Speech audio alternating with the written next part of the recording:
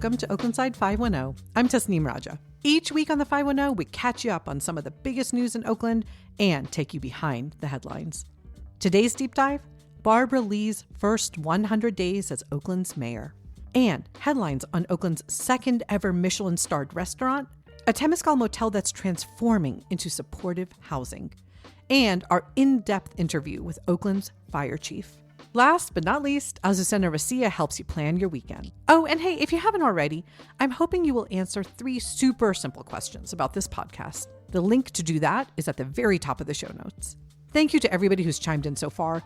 Your responses have been so helpful as we think about the future of this podcast experiment. All right, let's get into it.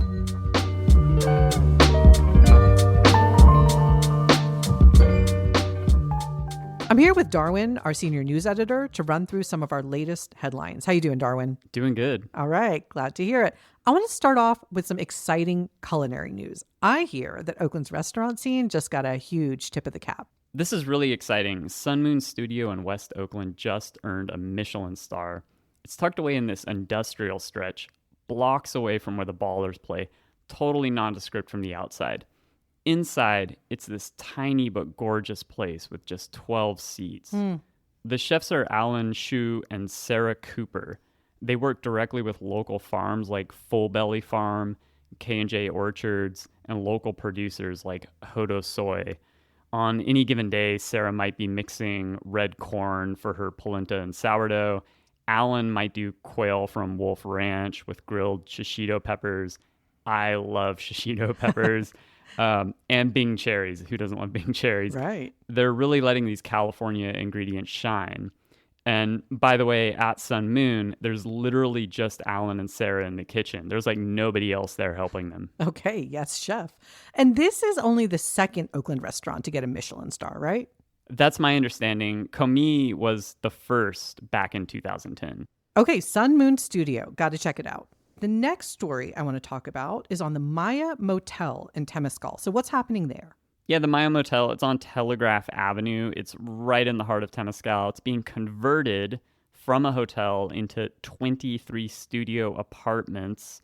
These are specifically for people experiencing homelessness. Mm-hmm. This is happening through California's Home Key program. That provides state funding to turn motels and hotels into permanent supportive housing for people transitioning out of homelessness. This is actually the 10th building in Oakland to get Home Key funding.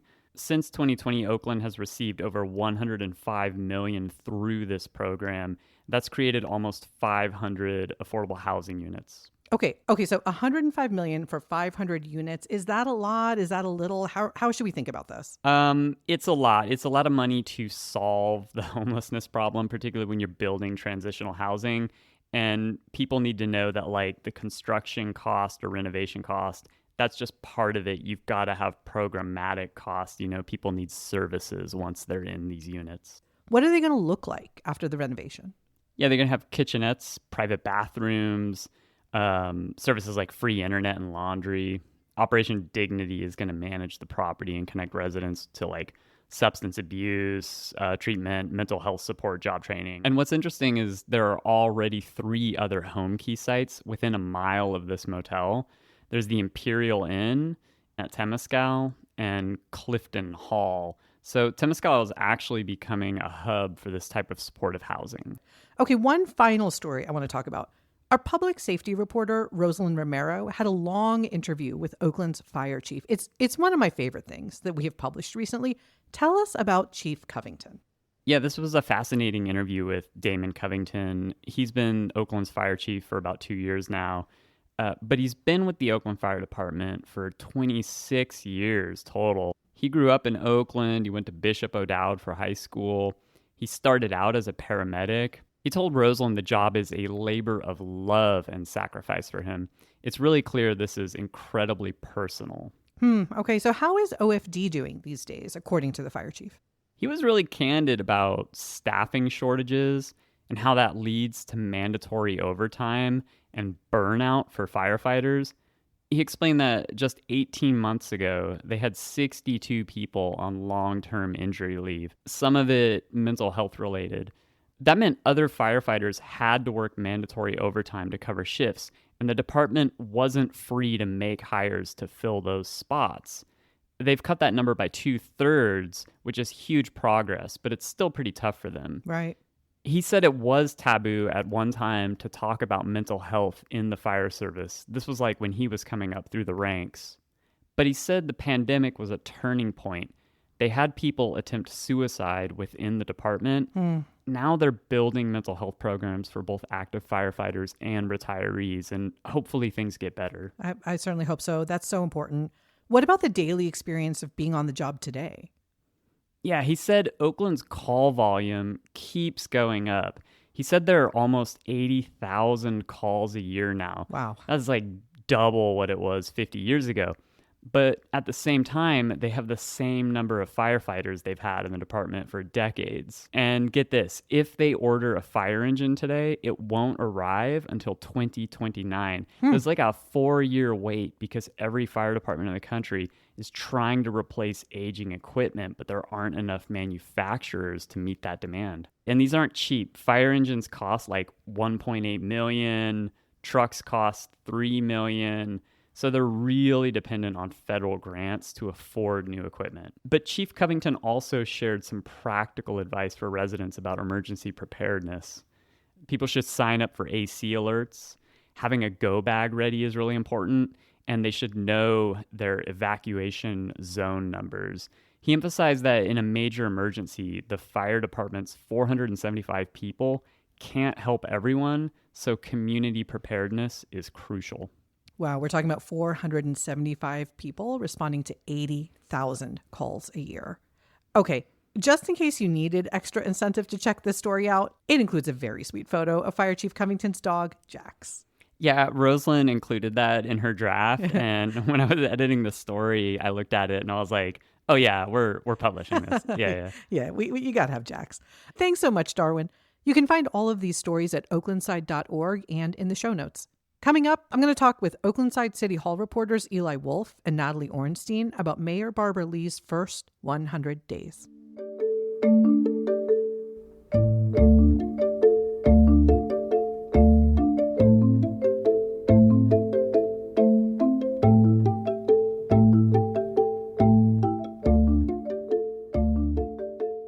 Oakland Mayor Barbara Lee just hit her first 100 days in office, and she's facing enormous expectations from residents who want immediate solutions to crime, illegal dumping, homelessness, and Oakland's budget crisis. She's also had to navigate federal threats from President Trump while working to heal a deeply divided city. Oh, and by the way, in case you forgot, she has just 2 years to do all of this. Remember, she was elected to finish out the term of former Mayor Sheng Tao, who was recalled in November and is currently being investigated by the FBI for alleged corruption and bribery. So, yeah, just 16 months left, unless Mayor Barbara Lee decides to run again. Last week, Oaklandside City Hall reporters Eli Wolfe and Natalie Orenstein sat down with Mayor Lee for an extensive interview about her first 100 days and what she's planning next. Eli and Natalie, welcome to the show. Good to be here. Thanks for having us. Okay, guys, so first, set the scene for us. What was it like sitting down with the mayor? What's the vibe in her office these days? Well, I noticed off the bat that she's redecorated since Sheng Tao occupied the same space. She has a portrait up, and she has a kente cloth, some personal touches in the waiting room. After a few minutes, we were ushered into the conference room where the mayor met us. We chatted with her for a while, and then we settled into about a 30-minute interview. Eli, what's stuck with you since that conversation? Yeah, I think a big general takeaway I had was that Lee compressed a lot of work into 100 days, but there's just still so much that she has promised to deliver, and she has less than half a normal term to get it all done. So she has sort of characterized this period as like this 100-day sprint. And I think that it's actually going to be followed by another 100-day sprint and another. So the pace isn't going to break. I want to talk about one of her biggest challenges, unity. Look, everybody understands Oakland is deeply divided. Just a few days after Lee's victory, listeners, you may have seen a map that was shared a lot on social media showing this very clear divide. Lee won every single precinct in the Flatlands, and she lost every single precinct in the hills. She campaigned heavily on this promise of being a unifier. When you guys talk to her, what does she say about how that's going? Yeah, her approach seems to be basically showing up everywhere. We've just been everywhere in the city to try to bring the city together by my presence, listening and taking advice and input from everybody. She's held in all these different corners of the city. She's gone to churches, community centers, even the Italian Colors restaurant in the Hills, where she was not the top vote getter. She says during these sessions, people have been coming up to her and saying, like, hey, we didn't vote for you, but thanks for being here. We're glad you won. If that's true, it suggests maybe she is beginning to build these bridges that she's trying to. Yeah, something else she brought up is that everywhere she goes, people kind of hit on the same concerns. It's public safety, it's homelessness, it's cleanliness of city streets. And, we see that in data that has come up in city surveys. There was one earlier this year conducted by the city's Budget Advisory Commission, which found that those three priorities are kind of the top priorities for basically all demographic groups in the city. Then there's the challenges that come from outside the city. For one thing, President Trump has hinted at sending National Guard troops to Oakland for immigration enforcement. After what's happened in LA, many Oakland residents are bracing for ICE raids. How is she preparing for that? She was surprisingly direct about what the city is doing about this, but she was very light on details. Mm-hmm. She said that they have plans, but she wouldn't reveal the details for obvious strategic reasons. We brought up the fact that, in some jurisdictions, masked federal agents have been snatching people off the street. We asked her if she has a plan for that, if she's been discussing it with, her counterparts, and she said, we can't talk about that. So, in general, what she said was that they're working on three fronts. One of those is keeping the peace if federal troops show up. Another is protecting immigrant families. And then also developing legal strategies with the city attorney for if any of these scenarios unfold. Right. She said that this kind of intervention strategy by the feds is designed to provoke chaos, in her words. So one of her plans is to create these designated spaces for peaceful protests. Ah, okay. Yeah. I mean, I think if anyone has any familiarity with Oakland activists and that history in the city, it remains to be seen how well they'll take to this plan. But that other piece, beyond the legal and strategic response here, is the human impact. And that's very much already happening in Oakland. Right. She mentioned that she's been meeting families who are avoiding medical care out of fear. She spoke about a parent she met who's undocumented and is afraid to take their kid to heart surgery because they're worried they might encounter ICE at the hospital. Oh, gosh. On that front, I want to talk more broadly about public safety. Now, this is interesting. Crime rates have been dropping for over a year, as we've been reporting, but Lee is pushing to hire more police officers. Right. I mean, crime is dropping, but at the same time, not everyone feels safer. These are paradoxes that could raise questions about the most effective use of funds or the city's overall public safety approach. Lee often emphasizes the success of Ceasefire, which offers resources to people who've been identified as maybe most likely to engage in violence. It provides support and incentives for them to stop. This is a partially police-run program, but it's kind of more elaborate and community-based than some traditional crime-fighting methods. Regardless, Lee does support getting Oakland to a goal of 700 police officers. That's actually a mandate through Measure NN, which was passed by voters in November. But the city realistically is currently short-staffed. The budget that Lee supported also funded 5 police academies, but recruitment for those training programs is tough. I mean, Oakland's cost of living is really high, of course, and other Bay Area cities actually offer better perks to police trainees, like Alameda's $75,000 signing bonus. That's a signing bonus on top of a salary?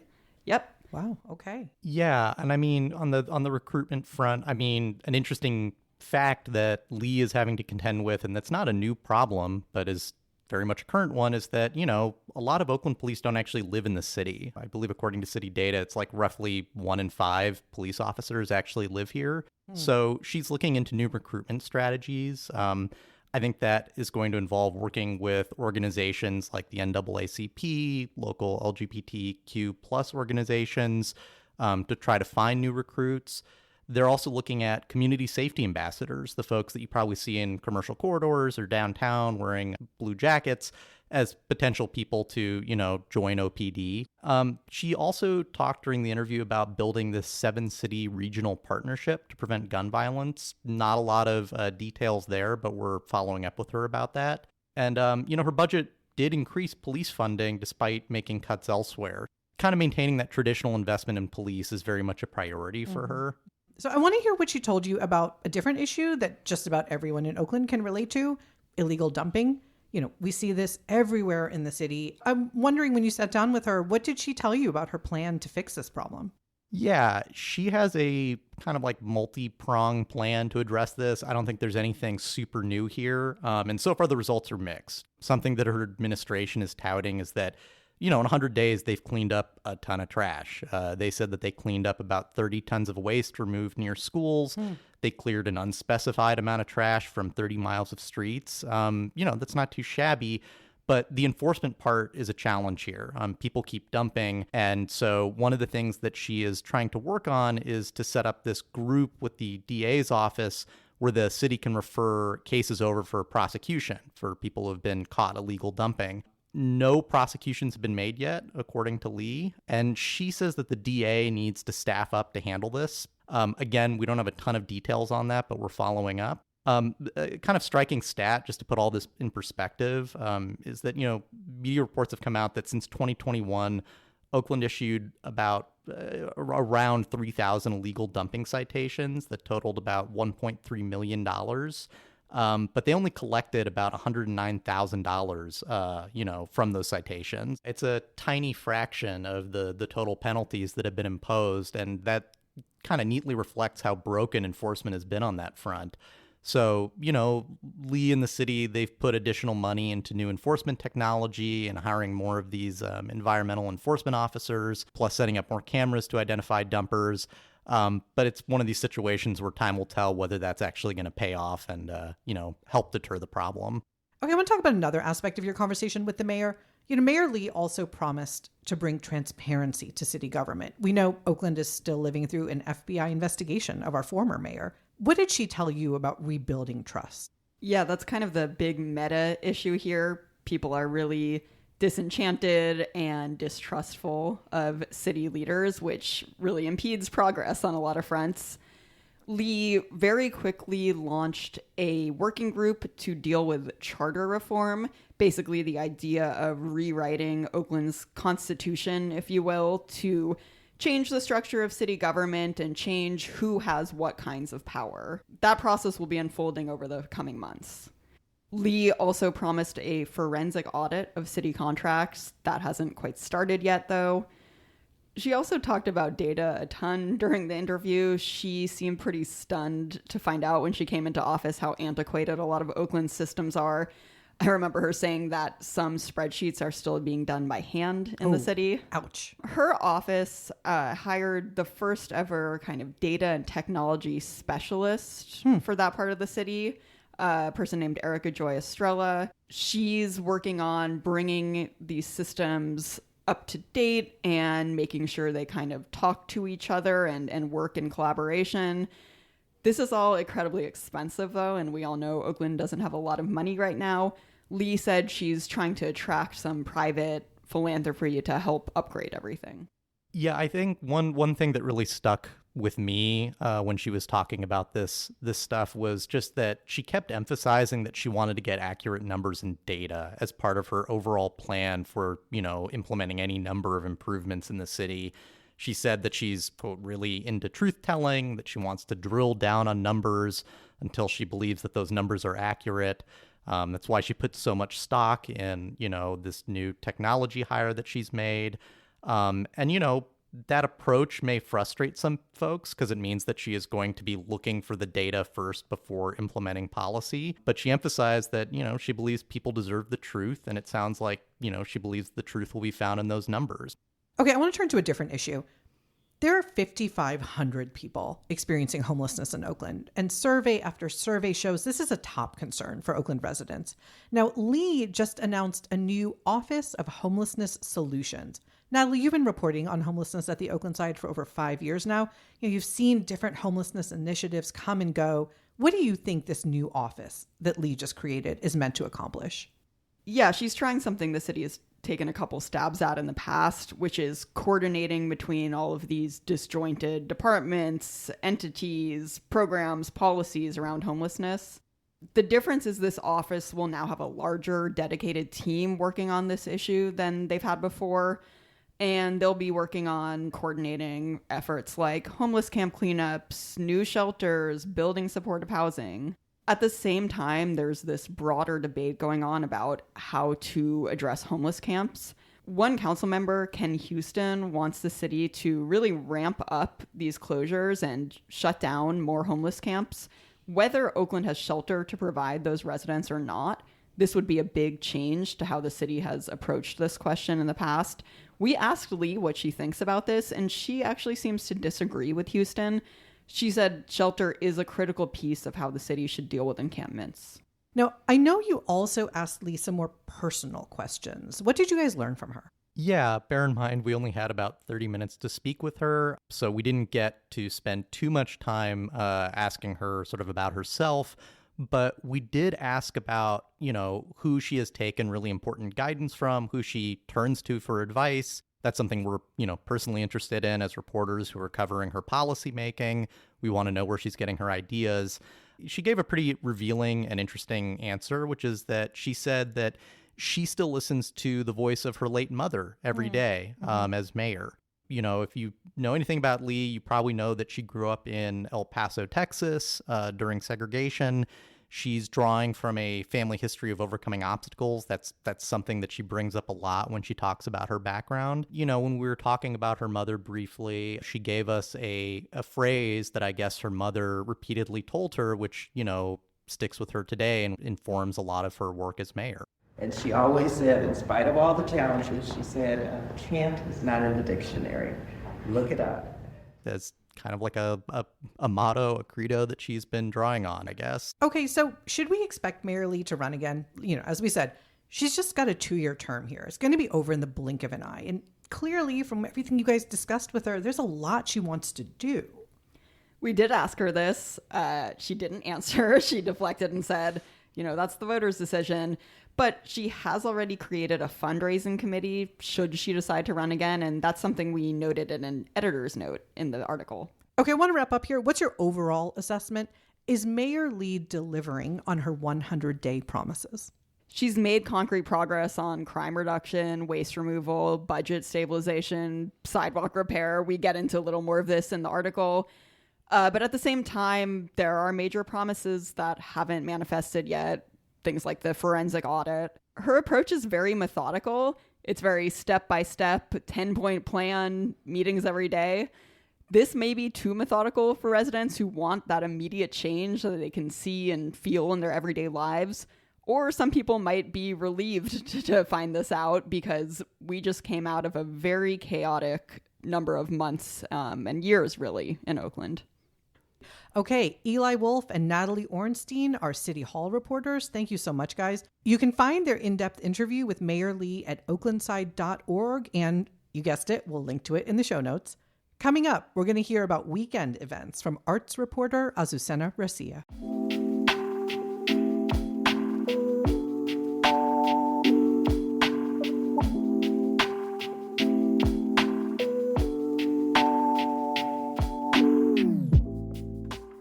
I'm here with Azucena Garcia, Oaklandside's arts and community reporter, to help you plan your weekend and beyond. How you doing, Azucena? Hi, Tasneem. I'm doing great. All right, so tell us, what is happening in Oakland this week? There are some really cool events coming up. Let me start with the biggest one of them all. There's a soccer match that's going to be huge this weekend. Over 40,000 fans are expected to be at the Coliseum to root on their favorite team. Mexico is playing Japan in a friendly match. It's been over 10 years since Mexico's national team played in Oakland, and Japan has never played here before. They're both getting ready for the 2026 World Cup. That is Saturday, September 6th at 6:30 p.m. at the Coliseum. Tickets range from about $100 to $400. Also, there's a really special walking tour coming up. It's about Black history in West Oakland. It's called the Black Liberation Walking Tour. David Peters is a third-generation West Oakland native, and he's been hosting these tours for a few years now. He tells us stories of people who live there and shape Oakland's culture and politics. This is the Black Liberation Walking Tour. It's happening on Saturday, September 6th at 10 a.m. The tickets are sliding scale, and they're going to email you the starting point when you RSVP. Okay, there's also something coming up for Magic fans, right? Yes, the Oakland Magic Circle is celebrating their 100th anniversary. They're the oldest independent magic club west of the Mississippi River. I actually wrote a story about their history earlier this year. The club is celebrating this milestone with a gala show featuring magic, comedy, the whole package. Okay, that's really cool. That's Tuesday, September 9th at 6 p.m. at the Scottish Rite Center. Tickets are about $30 to $50, and it includes dinner. So any other highlights for the week? Yeah, there's also a classical music event on Sunday, and it's part of the Glenview Classical Series. It features the music of Fanny Hensel. She's a 19th century German composer and pianist. For way too long, she's been in the shadow of her more famous brother, the composer Felix Mendelssohn, but she's finally getting her proper place in music history, and this concert is an opportunity to hear her work. The work was arranged by Oakland musician Molly McCann for string quartet, and it will be performed by the Town Quartet featuring Monica Chu on piano. That is Sunday, September 7th at 4 p.m. at St. Paul Lutheran Church. Tickets are about $20. Now, looking ahead, I have to say your roundup this week includes something really fun that's happening closer to the holidays. Oh, yeah. So Macaulay Culkin is coming to the Paramount Theater to celebrate the 35th anniversary of the classic movie Home Alone. So there's a special screening of the movie followed by a Q&A with the actor. Okay, so a screening of Home Alone with the man himself. That's going to be Monday, November 24th at the Paramount. Tickets will be from $60 to $260, and they include a Q&A with Macaulay Culkin after the movie. Thank you so much, Azucena. Thanks for your roundup. We'll have all the details and links in our show notes. Thanks for having me, Tasneem. We did it. That's the show. Thank you for listening to Oaklandside 510. And before I forget, remember I said I want to ask you 3 easy questions about this podcast. There's a link in the show notes below. We just want to know, how often do you read Oaklandside? What do you like about the podcast? What don't you like? Because remember, Oaklandside 510 is an experiment. We're going to try this out for 10 episodes. This is number 7. And then we're going to decide whether and how to keep this whole thing going. And you can help us figure that out. Thank you so much to everybody who's already answered the survey. Your input is so helpful. And please consider supporting the work we do here at the Oaklandside by becoming a member. Our reporting is free for you and all your Oakland neighbors to check out, but it costs real money to cover Oakland with the depth and attention our beautiful city deserves. Over 4,000 of your Oakland neighbors are already keeping the Oaklandside going by donating an average of just $10 a month, and we need you to join them. If your organization would like to advertise on this podcast, we would love to talk. That email address is editors@oaklandside.org. Thank you to Darwin Bongram for walking us through the headlines. Thank you to Natalie Orenstein and Eli Wolfe for walking us through Mayor Lee's first 100 days. Thank you to arts reporter Azucena Racia for keeping us in the know on weekend activities and upcoming events. Thank you to you, our audience, and every one of the 4,000 Oaklandside members who keep this work going. A lot of them, like I said, donating just $10 a month to this reporting. This show was produced and engineered by Callie Rhodes.